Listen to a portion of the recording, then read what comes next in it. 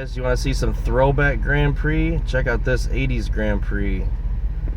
Wow, that's a classic right there. It's in gorgeous shape too. He obviously takes care of it. Alright, so let's see if we have any close encounters on our way to work today. So let's go over some things, Q&A type style things, I guess. Regarding, see some deer all the way up there. Regarding the close encounter that I had, you know, it's one of those things where if someone is being the aggressor on me, for example, tailing me, then they are the threat to me. Okay, so I got a couple options. I can call the cops, in which case I'll be driving around for about 10 minutes while they hone in on my location, basically.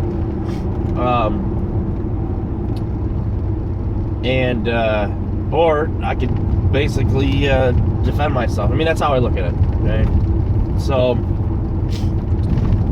when they were obviously playing around, and to me it wasn't that funny. You know, it's 4 in the morning. You don't know how crazy people are.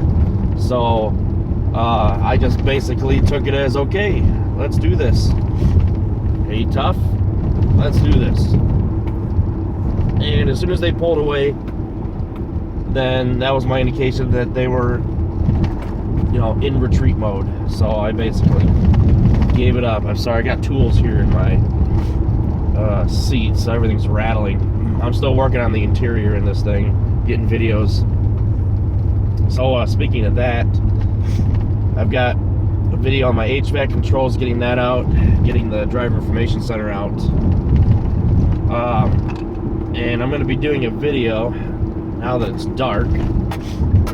I can remember now. I'm going to do a video on this passenger airbag indicator. I'm actually going to be changing the orange here to red. I think red will look a lot better. I'm going to change that to red LED. Don't know if that'll make an interesting video or not. And I forgot to unplug my oil pressure sending unit, so now I've got DOD on right now, which I don't want. I plugged it in and cleared the codes just so that I could do that video. This has been coming up quite a lot about the DOD chatter. And I asked about it. I've seen it come up in conversations on forums and Facebook groups and so on, and it's like, oh man, no, that's normal. That's the way it's supposed to sound. I'm thinking to myself, well, you know, GM goes out of their way to make things all quiet, even on performance cars. You know, they make the air boxes, bringing the air really quiet, and you know, they do everything that they can to make the car quieter than it normally is, and yet they allow that DOD chatter. And you know, that, to me, that just doesn't seem like GM. And also, to me, it was getting louder and louder and louder as time goes on. I used to not be able to hear it hardly at all. It was just like a oh, okay. And it's been getting louder, so I cannot believe that that's normal. But anyways, enough about that. So as I said, I got a lot of videos on my dash coming up. Oh my god, here we go again. It seems like for the past week now, every time I come out to this light, somebody gets hung up on it. And I hate that when that happens myself. So we'll see if this guy is gonna do the same thing. But anyways, I was driving around town yesterday with my wife, and it was really hot. I mean, it was like 86, 87. And I had the temperature where I wanted it. She had the temperature where she wanted it. But for some reason, mine, it just felt like it wasn't getting very cold. It just, I had it all the way down to 60. The air was on. She likes to keep hers at 65, 66, somewhere around that area. And speaking of which, it's actually getting kind of cold. It's a really cold night. like in the 50s. Weird for July, but anyway,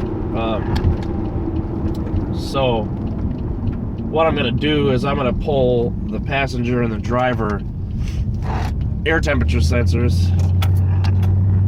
What the hell is this?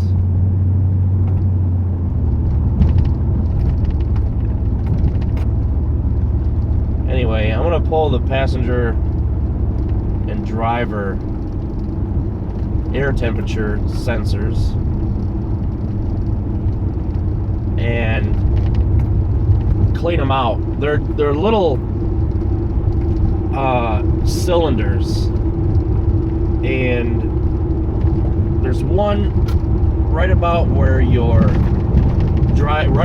right knee is, underneath the steering wheel, and then there's one on the passenger side underneath, and they can get kind of clogged up with dust and so on, and I think that's what's going on with mine. So I'm just gonna pull them out, clean them up, and put them back in. But I gotta do that, and by request, remove the instrument cluster, which actually does not take that long. It's about a 5 to 7 minute job. And how to install subs with a stock head unit, because the stock head units don't have subwoofer outs, RCA outs. You have to use a trick, which in my opinion doesn't make it sound fucking dear. Doesn't make it sound very good anyways, but it's better than nothing.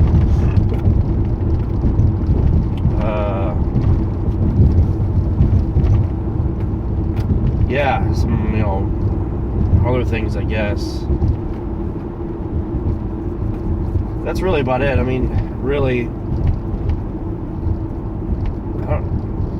I only record videos, drive-alongs if I have something to talk about. Now, I have been getting a few more requests on actually just posting just driving videos. No talking, no none of that stuff. And so I'll see about doing that. I did one here the other day and it didn't get very many views, but then again, I'm not in the market for total view count, I guess.